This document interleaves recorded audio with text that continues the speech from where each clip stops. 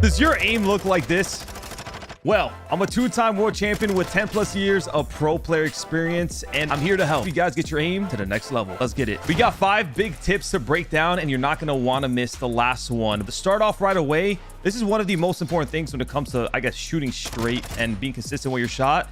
It's going to be recoil control. So obviously every gun has a recoil pattern, and for the most part it's a lot of vertical recoil. So if you can kind of get that down, laser. A good way to test the recoil control and kind of see what you're working with is go to a wall and start shooting. Your gun's going to start shooting up or horizontal or vertical, and you can see if a gun is just shooting kind of up, and it's a vertical, and all you have to do in this situation is hold down your stick or hold down your mouse, and you're going to see you can be very precise. Now weapons, depending on their build, can have better recoil control in general, so it's going to allow you to be even more consistent with your shot.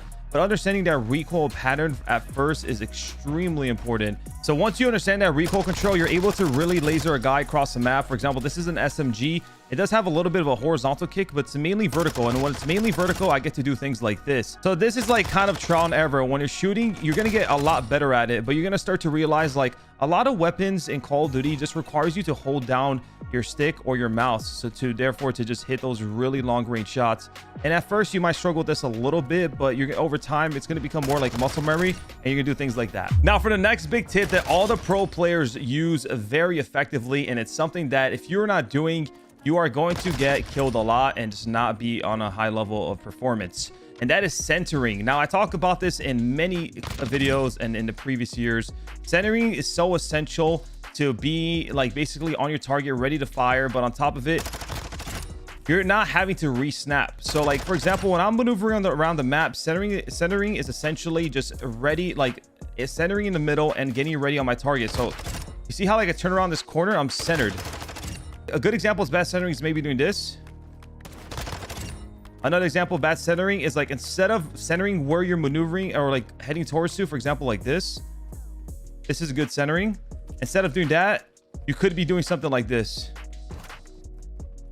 You're not centering effectively. So right there, that guy could have potentially killed me if I wasn't centering. So something like this. And centering, you can see like while I'm running around the map, I'm always trying to be centered in the middle of the screen and also where I'm anticipating an opponent. That way, like I'm ready for the fight and all I have to do is snap. And this also varies on the levels of the map. Obviously something like, for example, I'm centering here, I'm going to kill this guy. Now, when a staircase comes into play, you're going to have to center top, right? You're going to have to look up. So instead of like doing this, which is horrible centering, you don't want to do that. Let me gun this little bot first.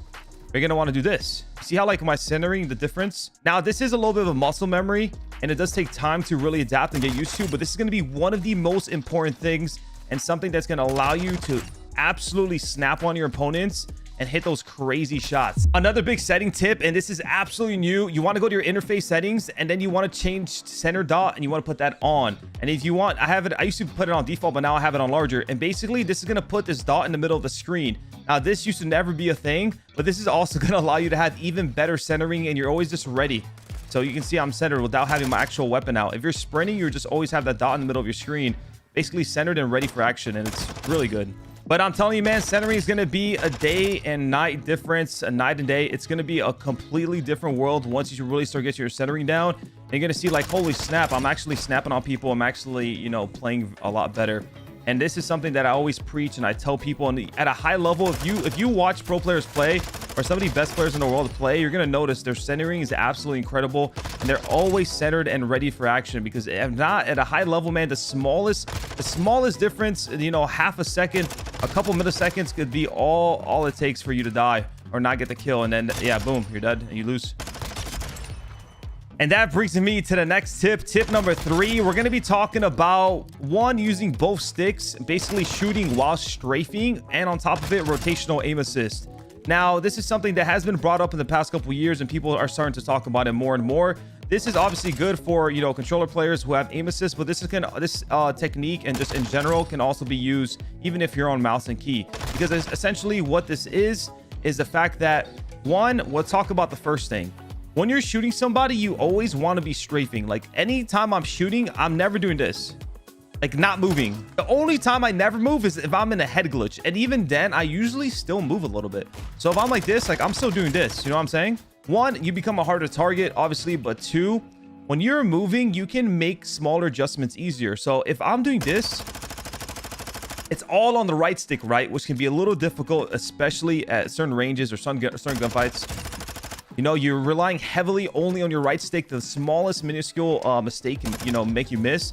When you're strafing, you're also kind of strafing your shot into them. So it becomes a lot easier. It's no longer just relying on your right stick, but now you're using your left stick. And this also varies on the gun. It varies on the movement speed and the strafe speed, because some strafing guns, you can abuse this even more. You can basically strafe your shot into them like this. And it's very, very effective. This is how you be a little bit more consistent with your shot. Not so heavily relying only on your right stick, but practice with your left. And it's weird enough because like you people are probably going like, you're barely moving. I know I'm barely moving, but I'm still strafing left and right when I'm shooting.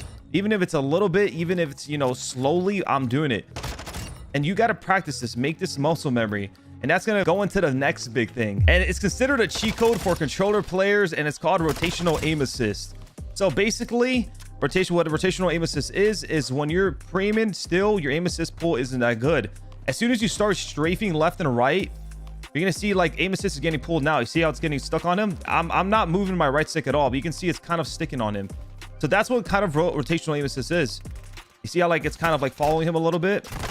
And that's basically going to allow you to have more stickier and more aim assists in fights. And obviously, as a controller player, that's extremely important. We don't have our whole arm to really hit those precise shots, as people say that mouse and keyboard players do have.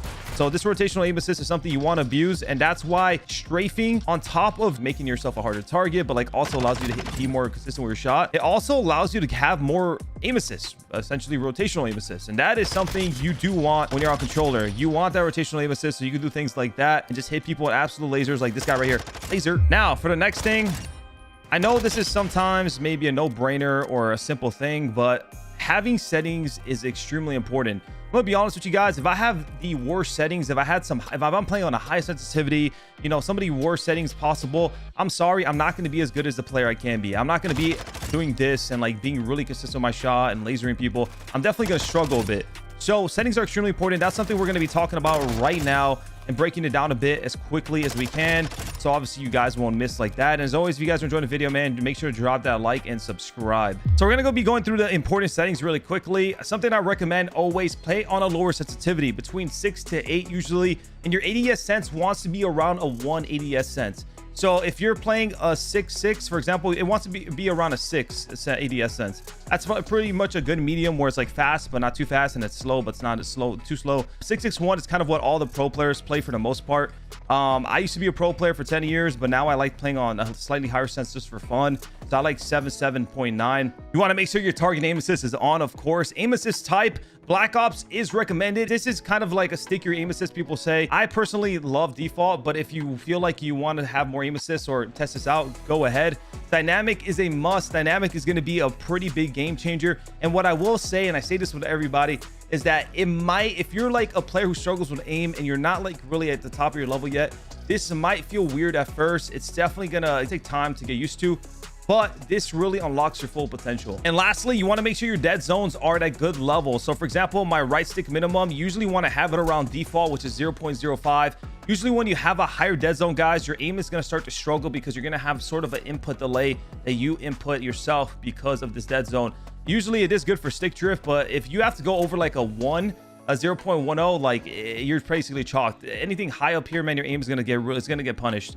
So I usually recommend default 0.05. You know, if you have to go a little bit higher, you have to do what you have to do. And then right stick max, you want to have it at 0.99, again, the default, because it gets a little weird if you don't. Now, this is going to be a big game changer tip. What I want you to do is start up a custom lobby, make sure it's free for all, put on Mercado Las Almas, and then you want to go to bot setup. Put the bots on 5. You can have it on regular for now. If you start to improve, you can definitely up it a bit. Time limit, just put it unlimited. I like to have this on 100 and just do this a couple times a day, or at least once a day. Next, your max health, I want it on 150 instead of the base 100, especially in a game like this where the TTK is really fast. And lastly, you want to make sure you have your mini map fire on, so when people shoot, when the bots are shooting, you kind of know where they're at. And this is something that's going to be huge. I want you to run through this lobby, play for the 100 kills, 100 points. And while you're playing this, execute everything I talked about. Centering. When you're running around the map, center well. Anticipate your opponent with the centering, because a lot of these tips that I gave you are going to be muscle memory. So you're going to see like I'm centering around the map, centering.